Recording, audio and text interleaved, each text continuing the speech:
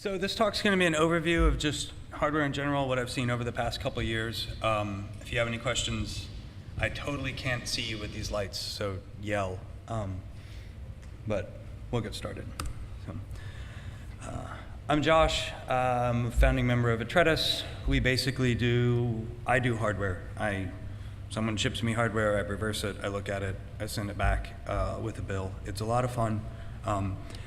Not enough people are doing hardware, so I kind of wanted to give an overview of just how hardware works and why it's not scary. So kind of get people in it. My slide decks tend to have pictures that really, if you take them home, are not useful, so sorry about that. Talk today, real quick aside about NDAs, and then another just quick aside about like what's the point of hardware? Why would you ever attack hardware over the kernel or user space or something remote?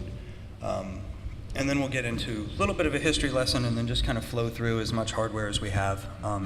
Primarily going to focus on Android hardware, but not solely Android hardware, which we'll see.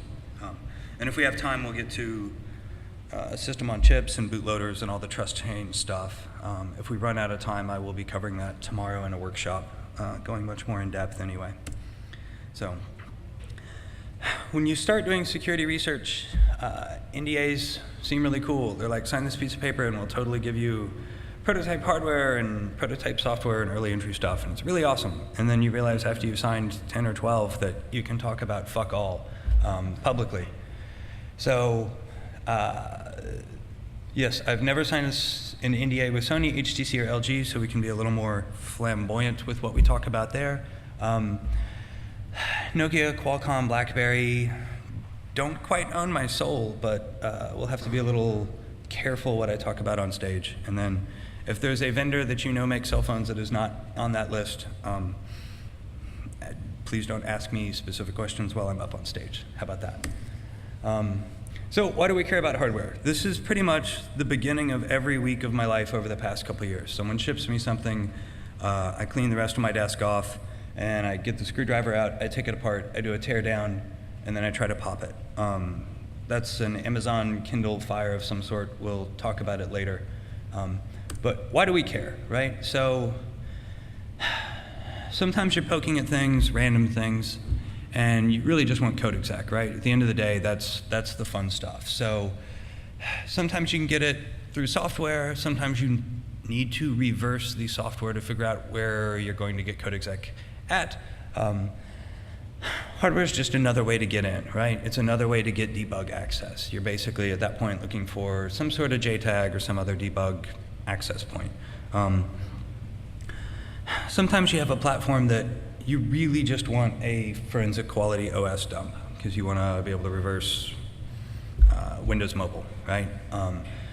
That thing is tricky. Sometimes you can pull Windows Mobile like off update files, but you can also just raw pull it off the device, which is nice because it has things like keys in it.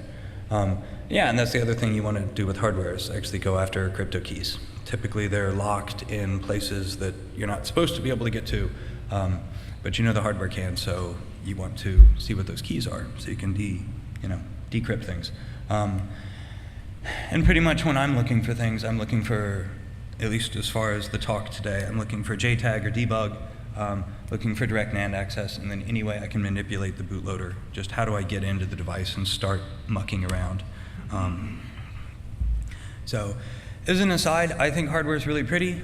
I think it is just as raw as Source or looking at IDA or ASM. You can pretty quickly, and we'll see later, you can pretty quickly look at hardware and see how much the vendor cares at all about what you're going to run into. Like I've taken some hardware apart and then just go, I don't even need to go any further because I know like the OS is going to be really weak. When you get out of Android into like embedded systems, you're just like, if they care so little about the hardware, yeah, I'm just going to be able to pop it, and within about 5 minutes you find like passwords stored in plain text in the bootloader.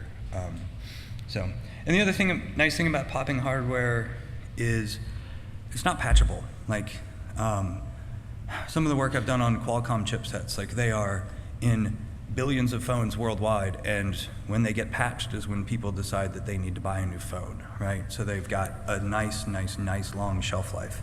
So it's a little fun. Yeah, so we'll start this whole thing off here. A couple years ago I had a kid. I took paternity leave, not really good at taking time off, so I was like, got really SCADA curious, and was like, how did Stuxnet work? I want to know more, so I started reading all about Stuxnet. At some point I made a presentation, went to a pub in Boston, gave it, met a dude that was an EE, because I am not, and we started talking a whole bunch about just the history of reversing hardware, like really met it off with this guy. He lived in Lowell, I lived in Lowell, which was kind of cool because it's this, in the middle of, way up in north of Boston in the States. And its claim to fame these days is it's Crack City, USA. So they've got big TV shows. It's like the worst crack place in the US, great place to live. I loved it. But I found out that this ugly ass building that I drove by every day used to be Wang Computers. I was like, that's really cool. They invented like semiconductors and stuff back in the day and then just crashed, and now everyone smokes crack. But they also invented this, or at least they claim to. This is a bed of nails. Kind of like what you would see on TV with people sleeping on it. But this time we have test pads that basically come up. So when you're mass producing a PCB that's going to go on a piece of hardware, they generate all these in the factory and then they will test them with a bed of nails. So you have this guy over on the side is just another template for a bed of nails. But basically they reach up and they touch all these little points that are on a PCB to do things like make sure the PCB wiring is actually correct. Sometimes they're used to program bootloaders into hardware. Sometimes they're used to flash crypto keys into hardware. Sometimes they're used to do debugging, right? So they're really great. And that's, the point is we're going to initially start poking at where the bed of nails stuff are, because we know that at least at one point in production was interesting pads. They may be turned off on devices you buy from Amazon, but they are, at one point they were horribly interesting, and kind of low-hanging fruit is, can we still hit bed of nails? Yeah. So really simple hardware just to kind of set precedent of what we're gonna look at with more complexity later. This thing, sorry, okay. So this is the new master lock. It came out a couple years ago. Instead of a spin dial that's analog, you've got this nice little 4 buttons. You hit the buttons and it either goes blue and unlocks or red and it doesn't. I took this thing, threw it in a vise, tore it down. The internals look like this. So it's really, really, really simple, and I wish I had a laser pointer. Up closer to me, that little black box is an MSP430. A lot of people have done a lot of work on this thing. But if you look on the other side, you can see under it, these nice little traces come out and run down, and they are basically debug pads. Do I have a lapel at all? Do I have this mic? Hello? Cool. Oh, even better. Okay, I'll just stay over here without the echo then. So you've got the MSP430 on the flip. You can see these traces come right down here, which ends up being our nice little debug pads for the rest of the hardware. You've got 4 buttons. You can see the traces come back up. If you trace them, they go back in basically to the MSP430. So you've got 4 sets of input, and then you've got 1 output, which comes up here, which is the locking mechanism. Really simple piece of hardware. We can all kind of get what we're looking at, right? A little easier to understand that because it is a dual-sided PCB. Nothing else is going on. This is where the battery goes. That's it. Horribly, horribly simple. The Xbox, not so much, right? But we can at least start seeing a ton of traces so we can see where things go. This is a pretty typical configuration. We're just going to pretend, since we'll see it a lot later, we're going to pretend that all this is basically RAM. So you've got a whole bunch of traces that all have to be the same length to get to memory fast.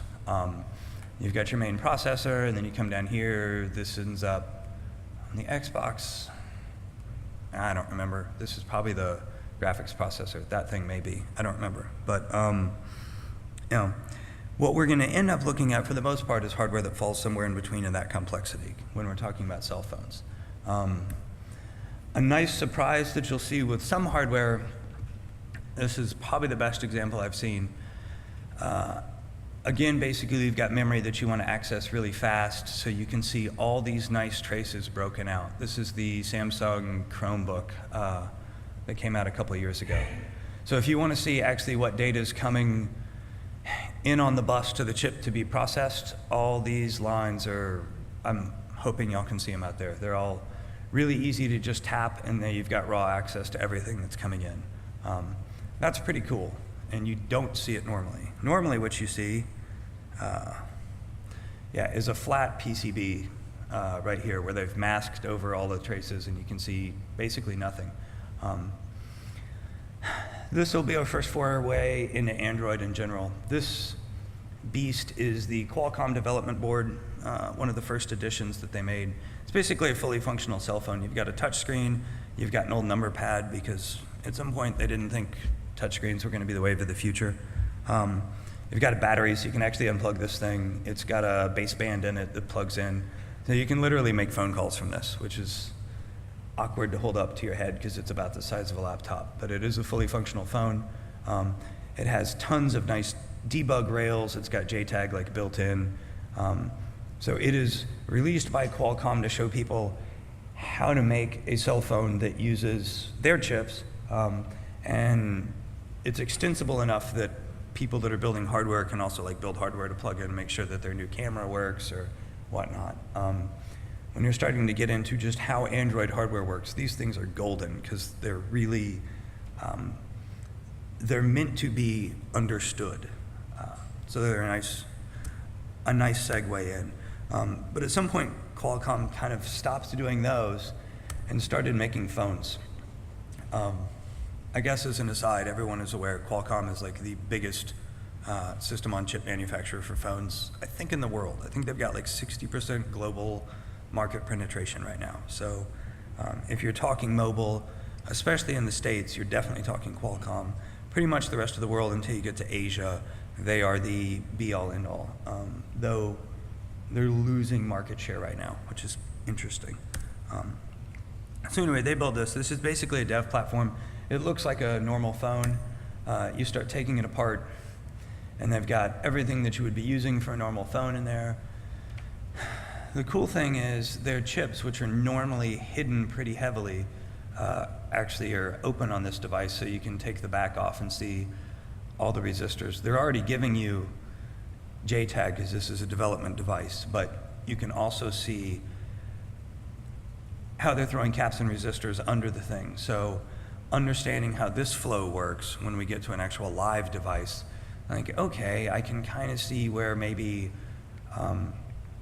tracing things out, like if I know these pads over here will basically route to debug, right? Then I just need to start looking for things that look similar on live devices. That may be a little abstract right now, but we'll come back to it. So yeah, devices out in the wild. This is the Moto X, came out last year, I think. Really typical of what you see on a lot of, well, at least Motorola, right? So you have a completely masked PCB. You can see basically no traces. You pull these RF shields out, and still you've got almost no traces. On the back, this thing is completely plain, except for you've got 1, 2, 3, 4, 5, and if we zoomed in, there's a couple more bed of nails pads.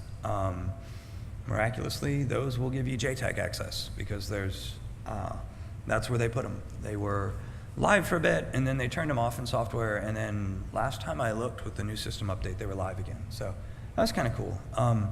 But a really boring PCB to look at because there's just nothing there to kind of tap into and do anything really cool, and they kind of give you everything that you'd be looking for. Z30, which is the new BlackBerry, came out this year, did this same whole one-sided PCB thing. Again, I wonder what these pads do. There's a lot more. I know in the past, BlackBerry has been known to leave pads open to do like a full forensic dump of NAND. So there will be some pads that go directly to NAND and some that go to the SoC. BlackBerry out in the wild, they also do this nice film, and then they do surface mount on top of the film, so you can't really see the traces. And there are proper ways to take those RF shields off, and then there's improper ways where you basically tear the top layer. So you're going to accidentally tear up the PCB, and most of the surface mount components are going to fall off with it. So once you start opening this thing up, if you do it in a rush, like I did with a pocket knife, you know, you've ruined this thing. It's never going to boot again because all the traces are torn. Sometimes that's enough because you just want to see what the hardware's doing, but that is probably their biggest security mechanism, is a self-destructing board.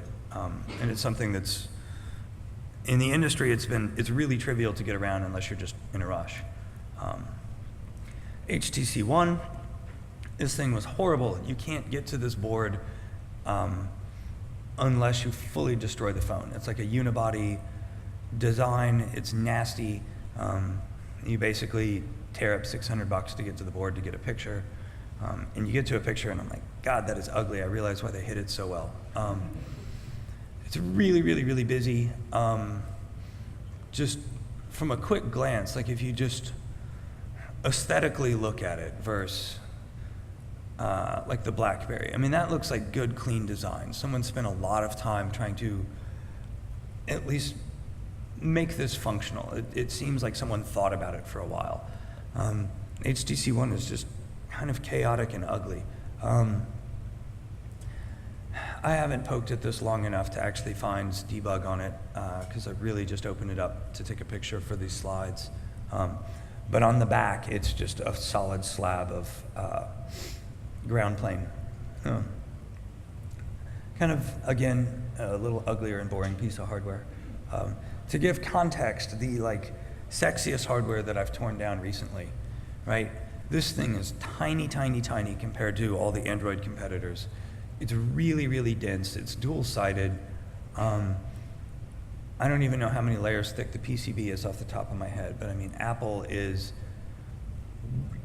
denser in PCB manufacture than anyone else that I've seen. They just, it's like a thing of engineering beauty to me. Yeah, and we'll segue in. A lot of the phones that we're seeing, at least 2 years ago and then last year, have this kind of L shape. The Z10 is a great example. So this thing came out the beginning of last year from BlackBerry. Again, we see, yeah, it's on the back. We've got the main processor here. You've got a nice little potential debug rail here in between the RF shields. You've got where your battery hooks up. And on the front, you've got some nice beds of nails and contact pads to do a little bit of debugging or potential debugging, right? Whatever's there. So this thing came out, yeah, like I said, beginning of last year. I was a little upset by this. I kind of wanted to call them out. Nokia released this at the beginning of this year, and I could go back and forth a whole bunch, but for the most part, the layout of the new Windows Phone is the exact same as BlackBerry's PCB from last year. They've moved a handful of these pads, and they've removed one of the connectors for the battery to do some stuff. But I mean, it is, I was surprised to see such a great cell company basically what looks like copy a full design. But again, there's that rail that I was saying, at least on the BlackBerry, it looks like it's debug pads. It's a little more prominent here. So the nice part about the L phones, or L-shaped PCBs, is you end up being able to do this. So you can boot the whole thing, just kind of connect it to the screen and the battery, and it'll boot up when you're completely live. So it's really easy to start touching and debugging, versus like that HTC, which you have to destroy to get the PCB out. So in here, I can start tapping, which means I can hook it up to a logic analyzer. It's really hard to see, but I've just got a sewing needle attached to the end of the logic analyzer, and I'll just jump around all the pads on the board. And do the same thing with an O-scope. I don't remember why I wasn't doing it. but at the end of the day, then you can get into bootloader mode, right? That's kind of cool. Often just kind of poking around, and actually bootloader on this was bridging 2 pads, and it shifted it into this mode. So, speaking of Microsoft, yeah, this was their first foray into tablets when Microsoft was like, we really want to be relevant. Apple's been kicking our ass way too hard, so let's do something. From the get-go, like opening this thing up, the top looked really nice and laid out well. I mean, you've got your main processor, you've got, that's a big ass block of NAND, you've got like this RAM configuration like you normally see. I mean, it's clean, it's what I would have expected, pretty well done, until you flip it over to the back. And this is a production device. I bought a couple of them and tore them all down, and every one of them had it. It's a piece of cellophane tape, and under the cellophane tape is what looks like a hand-soldered big wire that connects the left and right side of the board, because this thing went to mass production, it got ready to ship, and then someone realized, I don't remember what the mistake was. It may be like wireless or something, just like didn't work. So literally, mass production device that is hand soldered and duct taped. Like kind of a fail from Microsoft there. Sony hardware. Sony tends to do big kind of squares. They almost always leave you awkwardly shaped debug pads that you can poke at. This one's a couple years old. This is the one I did. I was attacking the NAND chip for it, for a DARPA project. That's your old Qualcomm chip. Next year's model of the Sony, again, basically a square. The exact same component chips inside. Sony's pretty boring when it comes to building hardware. Everything is square and iterative. Kind of messy, the same way we saw the HTC One, but not quite as bad. But they're really not, to me, they're not fun or exciting to look at. They're kind of boring. The Nexus 5, this thing, to me, was beautiful. This PCB is actually rail thin. It's actually a sticker that just sticks on top of the RF shielding, so it can be removed. You pull it out, you've got hardware inside. Again, this is, if Qualcomm attempts to build that reference platform we looked at way back when, this is how you build a phone. Typically the Nexus devices will tell the rest of Android, this is really how you build a phone. They are, from what I see tearing down a whole bunch of things, they are the new reference platform. You have your main processor, you can start seeing traces out here. So typically, I think JDuck or JDuck's team found it. If you look, right here's the headphone jack. You'll see you've got connectors for the headphone jack. If you start tracing down, there's the pads the connectors connect to. They roll through some voltage dividers and stuff and end up being a direct serial connection to the chip. So that was kind of cool. But a nice clean piece of hardware, big block of NAND on the back. So typically if you're gonna try to pop NAND to do a forensics dump, you're gonna look at the rails right on the side and you're gonna end up finding 3 or 4 points that you can attack to basically get debug access to NAND so you can dump it. There's other ways, but that's kind of the standard procedure. Going to the last kind of reference platform, the Nexus 4, which is a couple years old, had this kind of PCB design. Almost every phone that I tore down from Samsung for like 2 years looked like this. Like the exact same kind of flow, same placement of chips, and pretty much like same ability to debug. So the Nexus platforms really do kind of set the precedent for just how the internals of a phone look. The Note 3, this is Samsung's newest, or I guess not anymore. As of like 6 months ago, this was kind of their newest, coolest thing. I just really love this PCB because Samsung does, now they tend to do more like monster-shaped PCBs. Maybe it's me just looking at too many of these, but I love it. Again, kind of standard layout and configuration. Okay, wow, perfect. Yeah, old school. Other than that kind of G-shape PCB, this is another pretty typical Samsung. Samsung tends to have like blue material on them. They're pretty clean.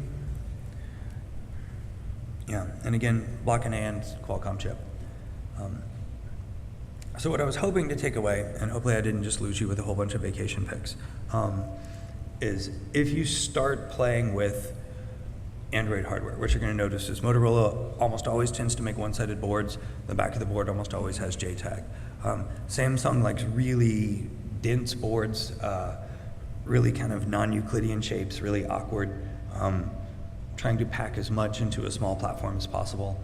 Now that they've started making the bigger phones, they're a little more expansive, but they used to try to be as dense as Apple without the ability to actually be that dense. Sony boards are kind of boring. They really don't do anything innovative or new that I've seen. It's kind of surprising. BlackBerry and Nokia, a lot of their phones look similar. I'm still trying to figure that one out. I think that's going to be some LinkedIn doxing to see some engineer move from one company to the other because they look the same. As far as like pure hardware analysis, like I've never seen anyone do it as sexy or as hard to pop as Apple. Yeah, and Microsoft is getting better, but they should really do more QA on their hardware. Oh, and I apologize, I should have pointed that out a lot more. The old phones that you would take apart, old as in like last year and prior, you'd almost always see the Qualcomm chip out separate. And if you start taking apart new phones, like any of the BlackBerries or Nokias or pretty much anything that came out in the past year, Qualcomm changed how their chip was laid out on board. So now typically you have the NAND soldered directly on top. So if you do a teardown, like looking for what is the processor on this thing, you actually can't find it unless you remove the NAND, because it's 99% of the time hiding under there. Yeah, so we've looked at a bunch of hardware, kind of just gotten a feel for how things flow. But I wanted to look a little more at, kind of explain what I see on a typical basis. So the Kindle Fire, right? It's been out for a couple years now. I've had 7 iterations. I just kind of wanted to quickly go through them and just say, these are the changes that I've seen over the past year, because it's a really great example. And it's nice because they're really easy to just acquire all the boards. So this was, yeah, the HD came out like last year, and then the HDX I think came out this year. So those boards look fairly similar. On the back, you will see this a lot with First Rev hardware. They'll label all the pins, which is really typical. Amazon's conveniently really bad about it, and I love it. So you'll see older hardware, like if it's been through a couple revisions and they've refined the hardware, and it's pretty much good to go without a bunch of changes between revs, right? I mean, like a new rev of the Kindle Fire base platform is just going to be a faster processor, so they're going to replace the old processor with a new one and maybe update some graphics capabilities. But the PCB is not really going to evolve much anymore. It's a solved problem. Whoa.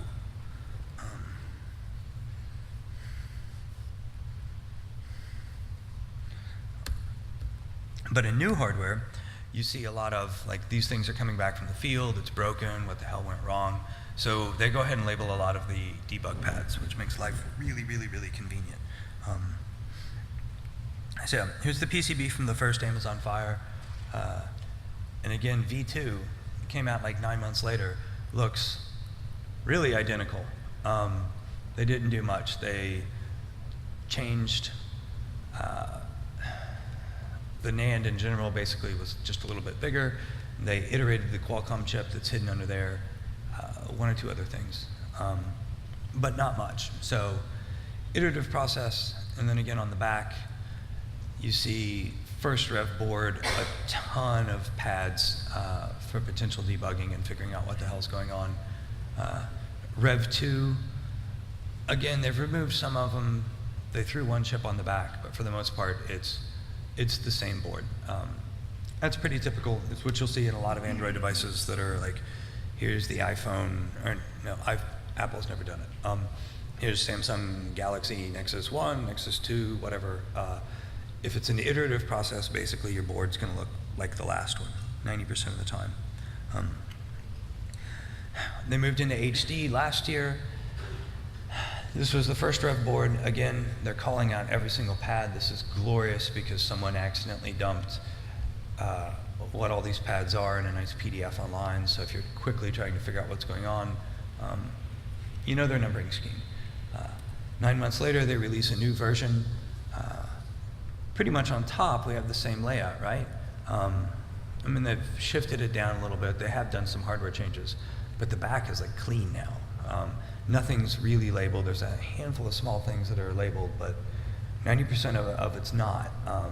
They've started refining that. They started trusting their hardware enough that like they're, okay, we're really ready to, we're already in production, but now we're gonna be clean. Our unit tests of round 1 are done. HDX, again, this thing, I actually don't remember where debug was on this, but it should have full JTAG access.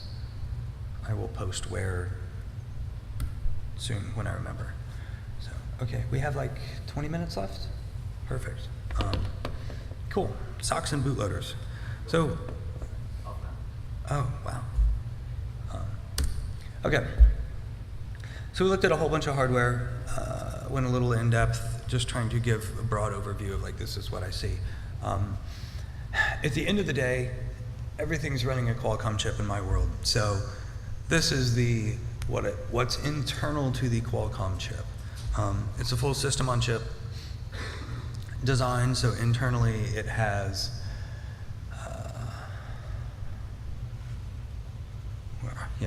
it'll support a whole bunch of different debug mechanisms. You've got multiple cores inside of it doing processing, a ton of stuff. Let's just kind of delve a little bit deeper into how the thing works. So the thing that I typically poke at is like trust zone and where are crypto keys stored? Where is the actual like root of trust on the device? Because that's what I want to do. I want to break that root of trust. So with Qualcomm, they call everything a TEE for Trusted Execution Environment. And the SoCs that are coming out these days don't just have one trusted execution environment. They actually support all these. So most devices you see hit the market are like multi-core at this point, 2 cores, 4 cores, whatever. Core 0 is the only one that can support trusted execution, which is kind of cool because in theory you should be able to spin up the other cores to glitch core 1 or core 0 and actually break that whole trust model. But there's easier ways to do it. You have an ARM7 that's actually also baked into the platform, and then 2 ARM9s. The ARM7 is the god that controls secure boot, which we'll get to in a second. And then after the thing's booted, it turns into basically resource power. So it goes from, I am the root of trust for your boot chain, and then after I'm done, it's like, I am the janitor that routes power around the phone. Your baseband is a trusted operating system as well, and then you've got an SPS. This thing runs on a bus. It's supposed to only run internal to the SoC, but a lot of times that bus also gets extended outside of the SoC, and you can just tap it, but it's not as reliable. So we're gonna pretty much talk about these first 2. So hardware that's fun to look at, internal to the SoC, eFuses, which I'll talk about in a sec. Yeah, again, we reuse these ARM cores. So the ARM7 is going to actually control boot, and then we've got 2 ARM9 cores. These are the embedded crypto engines inside of the Qualcomm SoC. So there's 2 cores that just do crypto.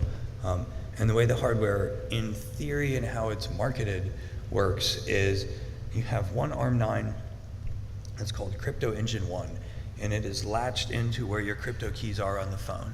And it is the sole thing that can talk to those crypto keys. And then you've got your main SoC and everything else that can give things to Crypto Engine 1 and say, decrypt, compare, let me know yes or no, right? But that ARM9 is the boundary for all the crypto keys you want that are global to the phone. And then Crypto Engine 2 does the exact same thing, but now it's using a user key instead of the primary key that like Sony would bake in or AT&T would bake in, and they're both ARM9s. So how booting on a phone works. You hit power, you've got this primary bootloader that's really, really, really simple. It's that ARM7 that I was talking about. It reaches into memory and just says, I'm going to start executing at 0, 0. And 0, 0 does just a little bit and basically loads SBL1, secondary bootloader 1. This thing starts a little bit of hardware initialization, but for the most part, its job is to say, hey, crate core, you should totally also start booting yourself. Because I'm basically starting to spin up hardware, but crate core, you should do things. The crate core spins up, and it starts initializing trust zone inside of core 0. But it doesn't really finish until we get down here to the third bootloader. So the second bootloader initializes trust zone, but it has the initialization of trust zone, SBL2, SBL1, and PBL don't have trust zone, which means they don't have the ability to do any verification on is the code running legit up until you basically get to SBL3 and everything past this is verified by trust zone. So it's a little harder to break unless you have a trust zone bug, at which point it's really easy to break. But these things are all done just with a comparative, like I ran a hash, has the code changed? Is there's nothing else that can be done algorithmically to actually verify the code other than just some really simple checks that can be bypassed. So if you find yourself curious about attacking the boot chain, I would suggest if you're going to do hardware glitching, do it before TZ because it becomes increasingly easy. Again, Crypto Engine 1 starts loading TZ, and TZ trust zone basically just starts looking at the fuses for how to run the rest of boot, which is why fuses became really interesting to me.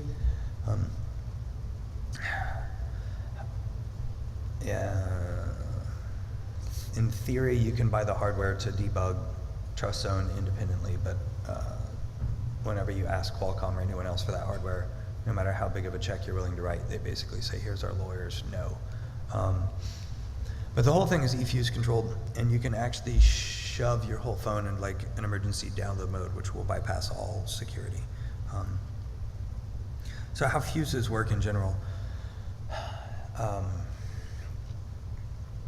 You have a nice big fat block of fuses, which are one-time writable, just like an old school fuse. You put power in it, you put too much power, the thing blows, right? So it's a 0 or it's a 1.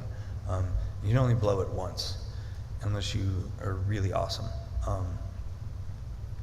So of this 16K, you've got 4K that are basically mapped from the kernel that you can read things into. They're actually mapped here, but most of the interaction that you get from the kernel is here. So it's a lot of like bitmask type settings are stored there. I'm going to load secondary bootloader exists at this offset, so you should go there to get secondary bootloader. I support JTAG or I've turned it off. Things like this are in fuses. Not in this 4K set, but in the other 12 are things like, here's my crypto keys. So here's the map at all. So it's really hard to see, but you have, up here you've got mapped, these are your OEM primary keys, so this is your hardware vendor, all of the keys and hashes they're using to do any crypto, and then below that you have a secret hardware key, and it's typically also by your hardware manufacturer that is used for crypto. You have a secondary hardware key. Digging down, you typically have a third key in here that is your